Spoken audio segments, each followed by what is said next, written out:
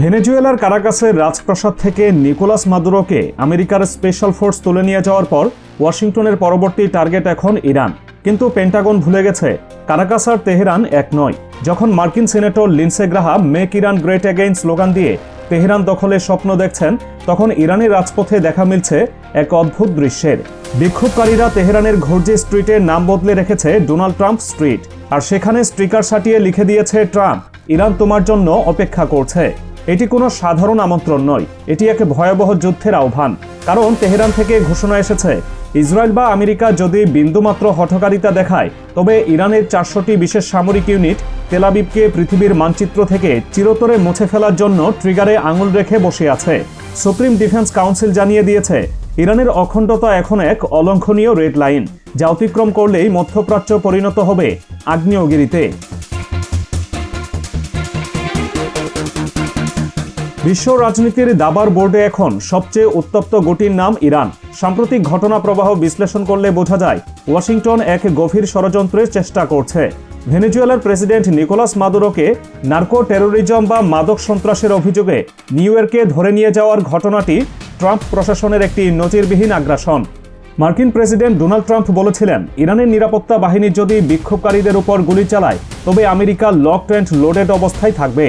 এই ঘোষণার ঠিক পরপরই ভেনেজুয়েলায় অপারেশন চালিয়ে আমেরিকা বিশ্বকে বুঝিয়ে দিতে চেয়েছে তাদের হুমকি কেবল কথার কথা নয়। জেরুজালেম পোস্ট এবং ফক্স নিউজের মতো পশ্চিমা ও ইসরায়েলি মিডিয়াগুলো প্রচার করছে, ইরানের জীবনযাত্রার ব্যয় বৃদ্ধি এবং রিয়ালের পতনের ফলে সৃষ্ট বিক্ষোভকে কাজে লাগিয়ে আমেরিকা সেখানেও মাদুরো স্টাইলে হস্তক্ষেপ করতে পারে। কিন্তু এই ধান্দা করতে ওয়াশিংটন এক মারাত্মক ভুল করে বসছে। ইরানের বিক্ষোভকারীরা যখন ট্রাম্পের নামে রাস্তার নামকরণ করছে, তখন পশ্চিমা মিডিয়া সেটিকে ট্রাম্পের প্রতি সমর্থন হিসেবে দেখানোর চেষ্টা করছে। অথচ ইরানের মাটির বাস্তবতা ভিন্ন। এই নামকরণ মূলত ট্রাম্পের হুমকির প্রতি এক বিদ্রুপাত্মক সম্মান এবং চ্যালেঞ্জ। বিক্ষোভকারীরা জানাচ্ছে, তারা তাদের অভ্যন্তরীণ সমস্যা নিয়ে রাস্তায় নেমেছে ঠিকই, কিন্তু বিদেশি কোনো আগ্রাসন তারা মেনে নেবে না।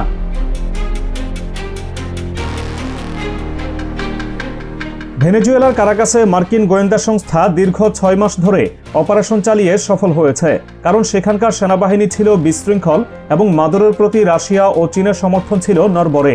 কিন্তু ইরানের মাটির গঠন, সামরিক কাঠামো এবং আন্তর্জাতিক অবস্থান সম্পূর্ণ আলাদা। ইরানের ভূপ্রকৃতি মূলত দুর্গম পাহাড় বেষ্টিত এবং এর প্রতিটি নগর এলাকা এক একটি দুর্ভেদ্য দুর্গ। এখানে ভেনেজুয়েলার মতো হেলিকপ্টার নামিয়ে কোনো প্রেসিডেন্টকে তুলে নিয়ে যাওয়া অসম্ভব। ইরানের সামরিক শক্তির মেরুদণ্ড ইসলামিক রেভলিউশনারি গার্ড কোর বা IRGC। এই বাহিনী কেবল একটি সামরিক সংগঠন নয়, এটি ইরানের অর্থনীতির হৃৎপিণ্ড। নির্মাণ, টেলিযোগাযোগ থেকে শুরু করে রপ্তানি খাত বিলিয়ন ডলারের এক বিশাল সাম্রাজ্য নিয়ন্ত্রণ করে এই বাহিনী। IRGCর শীর্ষ কমান্ডারদের অস্তিত্ব এবং স্বার্থ সরাসরি ইরান সরকারের টিকে থাকার সঙ্গে জড়িত। ফলে ভেনেজুয়েলার জেনারেলদের মতো এখানে কারো পক্ষত্যাগ করার বা সিআইএর কাছে বিক্রি হওয়ার কোনো সুযোগ নেই। ইরান গত 4 দশক ধরে আমেরিকার কঠোর নিষেধাজ্ঞা এবং অবরোধের মধ্যেও নিজেদের প্রাতিষ্ঠানিক কাঠামোকে কঠিন করে গড়ে তুলেছে।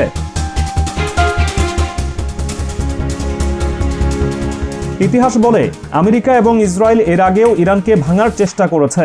ইসরায়েলের গোয়েন্দা সংস্থা মোসাদ ইরানের পরমাণু বিজ্ঞানীদের হত্যা করেছে, সাইবার হামলা চালিয়েছে, এমনকি উচ্চপদস্থ কর্মকর্তাদের হত্যার হুমকি দিয়েছে।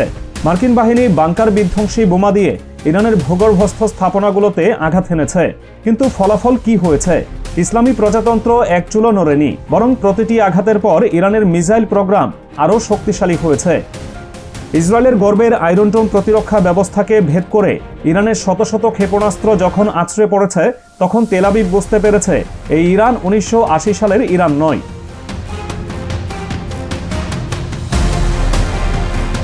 ভেনেজুয়েলার মতো ইরানে কোনো রাজনৈতিক শূন্যতা নেই। রাশিয়া এবং চীন জানে, মধ্যপ্রাচ্যে তাদের প্রভাব বজায় রাখতে হলে ইরানকে টিকিয়ে রাখতেই হবে। ভেনেজুয়েলার তুলনায় ইরান বেইজিং এবং মস্কোর কাছে অনেক বেশি গুরুত্বপূর্ণ স্ট্র্যাটেজিক পার্টনার।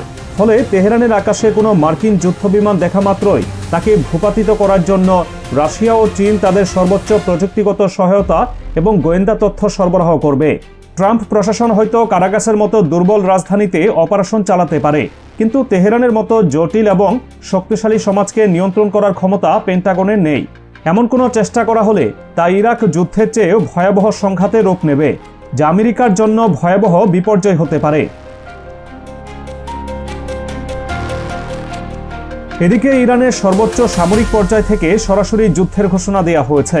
আইআরজিসি প্রধান কমান্ডারের জ্যেষ্ঠ উপদেষ্টা ব্রিগেডিয়ার জেনারেল মোর্তজা ঘোরবানি সংবাদ মাধ্যমে এক সাক্ষাৎকারে বলেছেন, ইরানের সশস্ত্র বাহিনী এখন সর্বোচ্চ সতর্ক বা হাই অ্যালার্ট পজিশনে রয়েছে। জেনারেল ঘোরবানি একটি সুনির্দিষ্ট পরিসংখ্যান দিয়েছেন, যা পরিস্থিতিকে আরও ভয়াবহ করে তুলেছে। তিনি জানান, আইআরজিসি এবং সেনাবাহিনীর মোট 400টি বিশেষ মিসাইল ও কমব্যাট ইউনিট বর্তমানে সম্পূর্ণ যুদ্ধের প্রস্তুতি নিয়ে অপেক্ষমান। এই 400 ইউনিট সাধারণ কোনো সৈন্যদল নয়, এদের হাতে রয়েছে মধ্যপ্রাচ্যের সবচেয়ে আধুনিক এবং ধ্বংসাত্মক সব অস্ত্র। জেনারেল ঘোরবানি স্পষ্ট ভাষায় হুঁশিয়ারি দিয়েছেন, যুক্তরাষ্ট্র বা ইসরায়েল যদি কোনো ভুল পদক্ষেপ নেয় তবে এই 400 ইউনিট ইসরায়েলকে মাটির সাথে মিশিয়ে দেবে। ইরানের সেনাবাহিনী, আইআরজিসি এবং পুলিশ বাহিনীর প্রতিটি সদস্য এখন ট্রিগারে হাত রেখে আদেশের অপেক্ষায়। জেনারেল ঘোরবানি গর্বের সাথে উল্লেখ করেছেন, তাদের এই প্রস্তুতি শহীদ জেনারেল কাসেম সোলাইমানির রেখে যাওয়া উত্তরাধিকার। সোলাইমানিকে হত্যা করে আমেরিকা ভেবেছিল ইরান দুর্বল হয়ে পড়বে, কিন্তু বাস্তবে ঘটেছে তার উল্টো। সোলাইমানির রক্ত ইরানের প্রতিটি সৈনিকের শিরায় প্রতিশোধের আগুন জ্বালিয়ে দিয়েছে। তাদের এখন একটাই লক্ষ্য, আগ্রাসনের জবাব দেওয়া। শুধু সামরিক বাহিনী নয়, ইরানের সুপ্রিম ডিফেন্স কাউন্সিল সেক্রেটারিয়েট থেকেও মঙ্গলবার বিকেলে একটি কড়া বার্তা পাঠানো হয়েছে। বিবৃতিতে বলা হয়েছে, ইরানের বিরুদ্ধে ক্রমাগত হুমকি এবং হস্তক্ষেপমূলক মন্তব্যের দিন শেষ। ইরানের নিরাপত্তা এবং আঞ্চলিক অখণ্ডতা এখন একটি রেড লাইন। এই রেড লাইন অতিক্রম করার দুঃসাহস দেখালে তার পরিণাম হবে ভয়াবহ।